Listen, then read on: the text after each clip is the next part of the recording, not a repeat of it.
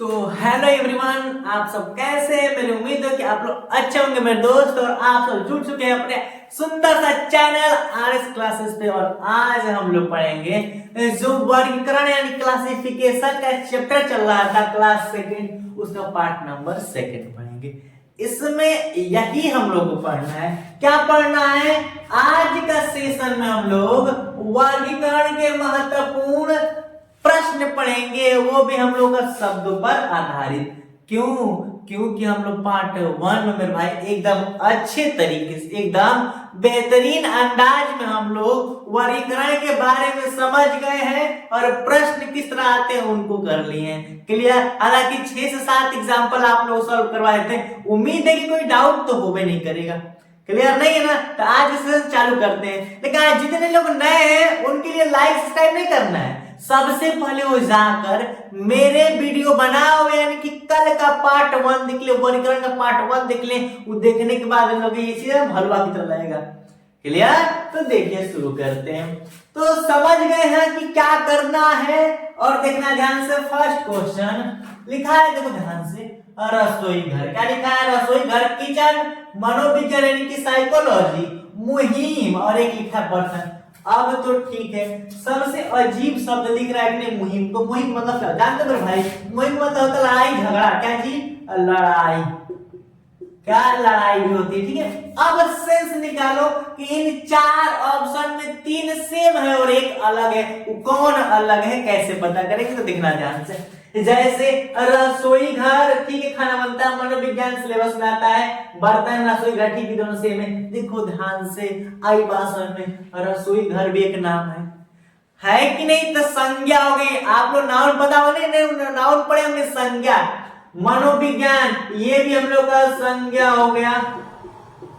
मनोविज्ञान भी एक संज्ञा हो गया। मुहिम भी एक संज्ञा है, क्योंकि नाम है, संज्ञा है। लेकिन मुहिम का मतलब होता है लड़ाई, है कि नहीं? यानी कि मुहिम, यानी कि मुहिम का मतलब है लड़ाई। समझ में आ गया? तब मुहिम में वो संज्ञा भी है और एक क्या है, क्योंकि लड़ाई तो नाम है कि नहीं, तो संज्ञा हो गई। लड़ाई वो काम भी है, तो संज्ञा के साथ साथ क्या है, तो क्रिया भी है। अब बर्तन भी क्या हो गया? संज्ञा। अब समझ में कितना कंसेप्ट लगा है, बहुत इंपॉर्टेंट सवाल है। रसोई घर भी एक नाम है, मनोविज्ञान भी एक नाम है और बर्तन भी एक नाम है। लेकिन ये तीनों सेम कैटेगरी के हैं। लेकिन जो हम लोग का मुहिम है, ये हम लोग का नाउन यानी कि संज्ञा ही नहीं, साथ साथ में क्रिया भी है। क्लियर आप लोगों? हालांकि क्रिया वाला होता है डिस्कस नहीं कराएंगे क्योंकि उनका रीजनिंग क्लास है, ये हिंदी क्लास नहीं है। तो कौन सा आंसर होगा? मनोविज्ञान की सॉरी मुहिम होगा। आई बात समझ में? देख लो, मुहिम बहुत डेंजर आदमी है। देख रहे हो कि एगो से पेट नहीं भर रहा है, दोनों काम चला रहा है, लड़ाई झगड़ा दोनों कर रहा है। फिर दूसरा क्वेश्चन यहाँ पर है, मगरमच्छ है। क्या जी? मगरमच्छ, समुद्री घोड़ा, नहीं घोड़ा, सॉरी क्या जी? समुद्री घोड़ा, कछुआ, और एक लिखा है मेढक। अब बताइयो कि इसमें क्या अंतर है? देखते हैं कौन जवाब शेर बताता है मेरे भाई। कैसे चल रही जिंदगी? बढ़िया चल रही ना? चलनी भी चाहिए। तो मगरमच्छ, ध्यान देना, मगरमच्छ जो है रेंगता है। क्या? देखो ध्यान से, ये जो है ना मगरमच्छ, देखो 2 कैटेगरी से बताते हैं, 2 कैटेगरी से। मगरमच्छ पानी में, जमीन पर दोनों रखता है, ठीक है। समुद्री घोड़ा, घोड़ा, समुद्री घोड़ा जो है वो मछली कैटेगरी में आती है। मछली की कैटेगरी में आता है जो केवल पानी के अंदर ही रहेगा। घोगा नहीं, देखो समुद्री घोगा होता है, समझ में नहीं? गेगुचा बोलते हैं जिसको खाया भी जाता है, बहुत महंगा मिलता है, ठीक है। तो समुद्री घोगा होता है, समुद्री घोड़ा है। मगरमच्छ पानी जमीन पर दोनों रहता है। बात से सहमत हो कि नहीं? ऐसी बात ना है कि पानी में रहता है, कि दोनों जगह रहता है, ठीक है। नहीं तो जाके देख लेना, सतर्क रहना, हमारा दोनों को भी जहन्नम दिखा देगा। तो समुद्री जो मगरमच्छ दोनों पर रहता है, समुद्री घोड़ा केवल पानी में रहता है। फिर कछुआ है कि नहीं? तो कछुआ क्या होता है? जमीन पर, पानी में, दोनों पर रहता है, ठीक। आई में ऊंचा, आई में मेढक, कहीं था ये पूछबे मत करी, तो वो दादा का अपना एरिया बनाते हैं। तो समझ में आ गया कि मगरमच्छ है, कछुआ है और मेढक है, ये तीनों सेम कैटेगरी के हैं। सेम कैटेगरी का मतलब जमीन पानी दोनों पर रहेंगे। लेकिन समुद्रिया जो घोड़ा है ना, बहुत अलग है। ये कहता है कि नहीं दादा, हम जमीन पर ना चलब, हम पानी में चलब। क्लियर? तो पानी में चलता है तो चलने तो सबसे अलग कौन हुआ? समुद्री घोड़ा। किसको नहीं समझ में आया? किसको नहीं समझ में आया? अब क्वेश्चन नंबर 3 की बात करते हैं, फिर 4 फिर 5 6 भी देखेंगे और एकदम बेहतरीन अंदाज में, कोनो डाउट होगा ना तो फिर कहना के साथ ना समझ में आया, बिना छोड़े बिना रीजनिंग समझाए आप लोगों को छोड़ेंगे नहीं मेरे भाई, एकदम कस कर पकड़ लिए हैं। क्लियर? अब देखो तीसरा क्या कह रहा है कि कुर्सी आई मीन चेयर, देखो ना ठीक है, कुर्सी टेबल सोफा सेट और फर्नीचर, इन चारों में 3 ऐसे हैं जो कहा है सेम सेम है और एक अलग है, उस अलग को ही पहचानना है ना। देखो कुर्सियां जो है ना, कुर्सियां कहती है कि हे टेबल, कुर्सियां हे टेबल, हम दोनों तेरी दुकान से आए हैं, तो ये कहता है टेबल की हे सोफा सेट, हम भी तो तुम्हारे घर से ही ना आए हैं, यानी कि हम तीनों ये कहीं नियन है। फर्नीचर कहता है कि सुनो सुनो ध्यान से, फर्नीचर कहता है कि सब तुम मेरे चाचा के लड़के हो सब, समझा कि नहीं? यानी कि कुर्सी वो फर्नीचर के अंदर आती है, टेबल भी फर्नीचर के अंदर आती है, सोफा सेट भी फर्नीचर के अंदर आता है, लेकिन फर्नीचर एक कैटेगरी है जिस कैटेगरी में तीनों आते हैं, तीनों एक चीज है, ठीक है? और ये फर्नीचर अलग है। अब इसका रुतबा हम निकाल दिया, अभी तक कह रहा था ये कुर्सी है टेबल है सोफा सेट, तुम चाचा का ले जाओ, खुदे बेटा बन गया। अब चौथा देखते हैं क्या लिखा है, लिखा है चंद्रमा पृथ्वी शुक्र मंगल, देखिए शुक्रवार है, ध्यान देना। अब एकदम इजी बोले तो एकदम इजी सवाल है, देखना ध्यान से क्या लिखा है, चंद्रमा लिखा है, क्या लिखा है? चंद्रमा पृथ्वी शुक्र और मंगल, किसको किसको ग्रह और उपग्रह पता है? थोड़ा जैसे बताओ तो, अथवा लाइक भी कर दो, कंजूसी काहे करते हो? एक बटन टिपना, इसे तो क्लिक करना, फिर कंजूसी कौन बात करते हो यार? देखो ध्यान से, चंद्रमा जो है ना, चंद्रमा ये चीज जो हम लोग पता है कि चंद्रमा एक उपग्रह है। क्या जी? उपग्रह है। चंद्रमा क्या है? उपग्रह। ध्यान देना, क्योंकि अगर जब ये सबसे क्वेश्चन आता है ना तो फिक्स है कि वही काम किया होगा, उपग्रह देखना होता है, उपग्रह ही देखा जाता है, समझ कि नहीं? ग्रह उपग्रह। पृथ्वी क्या है? पता है कि ग्रह है, ग्रह है, ग्रह नहीं ग्रह है। शुक्र भी एक ग्रह है और एक मंगल ग्रह है, ठीक है? हम जो भी बोलते हैं आप लोग तो हंसने के लिए बोलते हैं ताकि अच्छा लगेगा, क्लास बोरिंग ना हो, फनी क्लास हो, ठीक है? और अच्छे तरीके से सीखेंगे, ठीक है? इसलिए बीच में आप लोग कमेंट्री करते रहते थे, कोई दिक्कत ना हो। तो हम लोग समझ गए कि तीनों, देखो ध्यान से, तीनों कहां दिख रहे हैं? एकदम एक एकदम देख रहे हो, चचेरा भाई है ना, सागा भाई, चचेरा भाई नहीं दिख रहा है, क्या जी? यानी उप है, तो ये चचेरा भाई यानी कि मंगल शुक्र पृथ्वी एकदम खास भाई है, लेकिन चंद्रमा एक चाचा का लिखा है, दूसरे कैटेगरी का है, ठीक है? तो समझ में आ गया कि पृथ्वी शुक्र मंगल ये तीनों ग्रह है, लेकिन चंद्रमा क्या है? उपग्रह। तो सबसे अलग कौन हुआ? चंद्रमा। आई बात समझ में? तो हम लोग को वर्गीकरण तो समझ में आ गया है, क्या करना है मेरे भाई? अभी रुको, ये जो 5वां छठा क्वेश्चन नंबर भाई देखो, ये प्रीवियस ईयर का है और आज से लोग ग्रुप डी पूछा गया, ठीक है? हालांकि 2005 क्वेश्चन है, लेकिन प्रश्न इस तरह भी पूछते हैं, 2005 क्वेश्चन है, ध्यान देना, ठीक है? अभी प्रीवियस ईयर तो कराने वाले हैं ही, जब सिलेबस कंप्लीट हो जाएगा तब। तो नदी में सदे होता, ऐसे भी प्रश्न पूछते हैं, ऐसे भी प्रश्न पूछते हैं, क्लियर? इसलिए इसको मिला के कोई दिक्कत नहीं रहेगा। तो ध्यान से, एक प्रश्न जो 5वां है तो रखा है कि नदी में सदैव होता है, ऐसा क्या चीज है जो नदी में होता है? कौन है नदी में? कुछ तो गड़बड़ है नदी में। ऑप्शन दे रखा है कि प्रवाह। प्रवाह का मतलब वो वाला प्रवाह नहीं जो कोई मरता है प्रवाह करते, वो वाला बात नहीं। प्रवाह का मतलब धारा यानी कि फ्लो, बहाना, जी बहाव, क्या जी? बहाव लिख सकते हैं। नावे, जल, घाट, क्या ये जो हम लोग का 4 चीज है नदी में, कौन इनमें से हमेशा रहता है?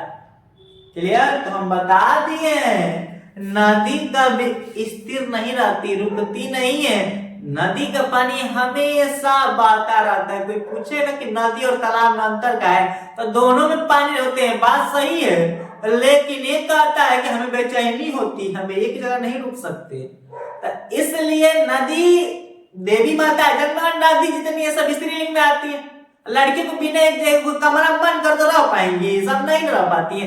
इसलिए वो भी जितने नदी है सब, कोई भी नदी है जो पूरी में सब स्त्री रहती, तो वो एक जगह ही नहीं पाती, कभी इधर कूदेंगी तो वहां कूदेंगी तो वहां कूदेंगी, है कि नहीं। तो इसलिए जो हम लोग का नदी है वो एक जगह स्थिर नहीं रहती है, तालाब एक जगह स्थिर रहता है, कभी तालाब इंसान का, ठीक है। तो अब बताओ, नदी में कोई जरूरी नहीं है कि हमेशा नाव ही रहेंगी, कोई जरूरी नहीं है। जरूरी नहीं है कि नदी सूख भी जाता है, बात से सहमत हो कि नहीं, झरने की जल रहेगा, झरने की हर नदी पर घाट भी होती है, ये भी गलत हो गया। हम लोग का अगर नदी है तो उसमें प्रवाह यानी कि बहाव होगा, नदी है तो अगर पानी और नदी में प्रवाह होगा, क्योंकि नदी एक जैसा हमेशा दूसरे को बहती ही रहती है। क्लियर। तो हम लोग का आंसर कौन होगा, फर्स्ट वाला। ये प्रीवियस ईयर का समझो, बिना समझे कुछ ना होगा। क्वेश्चन 6 क्या कह रहा है, थोड़ा इसको भी थोड़ा इसका भी हाल चाल ले ही लेते हैं। कह रहा है ना कि एक पेड़ में सदा होता है आम, ऐसी बात नहीं है यार, आपको समझ नहीं है, ठीक है। तो एक पेड़ में हमेशा क्या होता है, अगर ये बता, अगर पेड़ है तो उसमें क्या होगा, सोचो मत, ऑप्शन दिया है देख लो एक बार। फूल होते हैं कि फल होते हैं कि ऊंचाई होते हैं कि पत्तियां होती है, देखो कोई जरूरी कि फूल होंगे, फल एक ऐसा पौधा है जिसमें फूल होते ही नहीं, तो कोई जरूरी नहीं है कि पेड़ में हमेशा फूल होंगे, जरूरी नहीं है। सदैव जरूरी नहीं कि पेड़ में फल ही होंगे, जरूरी है नहीं। अगर अब पेड़ है तो फिक्स है कि थोड़ा लंबाई तो होबे करेगी, इतना होगा चाहे इतना होगा, चाहे 20 फुट हो चाहे कितना फुट हो, लेकिन अगर पेड़ है तो ऊंचाई होगी कि नहीं। तो ध्यान देना मेरे भाई, इस क्वेश्चन करने के बाद अनुभव चल जाओ कि हाँ यही होगा, पेड़ में हमेशा ऊंचाई होगी, अगर पेड़ है तो ऊंचाई होगी। जरूरी नहीं है कि पेड़ है तो पत्तियां होंगी। जब बसंत ऋतु आ रहा है ना, अब आ रहा है कि नहीं, मारेगा हिलोरा एकदम, कुल पेड़ का पत्ता ही नीचे पड़ेंगी, कुल पेड़ का। तो कोई जरूरी नहीं कि पत्तियां पेड़ पर हमेशा रहेंगी, जरूरी नहीं कि फूल रहेगा फल रहेगा, लेकिन ऊंचाई हमेशा रहेगी। क्लियर। तो हम लोगों ने 6 क्वेश्चन को तो एकदम यूं ही खत्म कर दिए, कोई समस्या तो होगी ही नहीं कि है नहीं ना मेरे भाई। तो चलिए कुछ क्वेश्चन और भी देख लेते हैं, जो अब हम लोग आगे देखते हैं। तो अब हम लोग क्वेश्चन नंबर 7 शुरू करते हैं कि 7 क्या कह रहा है, लगा दो आग पानी में। देख रहे हो, पहले आग पानी यानी कि आग की बात कर दिया है, वही कर लगा दो पानी, नहीं लगा दो आग पानी में, ठीक है, हंसने की जरूरत है, समझ लो, ठीक है। क्या है कि आग में हमेशा होती है मेरे भाई, ऐसा क्या चीज है जो आग में हमेशा होती है। क्लियर। ऑप्शन 4 दे रखा है, लिखा है शरद। क्या आग में सर्दी होती है, कभी ऐसा हो सकता है, नहीं। आग में धुआं होता है, कभी होता है कभी नहीं होता है। अभी इसको पेंडिंग में रखे रहेंगे, पेंडिंग में रखे रहेंगे, ध्यान देना, चौकाचंद कर देने वाली ऑप्शन देना चाहिए, ठीक है, जैसे इस क्वेश्चन में किया। फिर लिखा है कि क्या आग में हमेशा गर्मी होती है, या आग में ज्वाला कोई जरूर नहीं है, काम करना देखो ध्यान से, आग में हमेशा होनी चाहिए, कभी धुआं होता है कभी नहीं भी होता है, ये कहा है कि हमेशा होती है, होगा नहीं। आग अगर है तो उसमें हमेशा उष्मा रहेगी यानी कि गर्मी रहेगी। ध्यान देना, कितना एक सवाल है, कॉमन सेंस भी तो यूज करो, थोड़ा सा यूज करते हो। फिर लिखा है कि खतरे में हमेशा समाहित होता है, यानी कि खतरा होने पर उस समय क्या होता है, क्या शामिल होता है। तो लिखा है शत्रु। ये तो बात ठीक है कि शत्रु से खतरा होती है, लेकिन हमेशा ऑल टाइम नहीं, जरूरी नहीं है। क्या आक्रमण से ही खतरा बनाता है, कोई ये भी जरूरी नहीं है हमेशा, ठीक है। बीपी भी एक होती है, ठीक है, उससे भी हो सकता है कुछ। अच्छा ये बताओ, खतरे में कोई सहायता तो हो ही नहीं सकता, खतरे में सहायता हमें थोड़ी होता है। अगर मेरे भाई खतरा है तो 100% उस समय हम लोग को या हमेशा डर लगता है, भय, क्या भय होगा।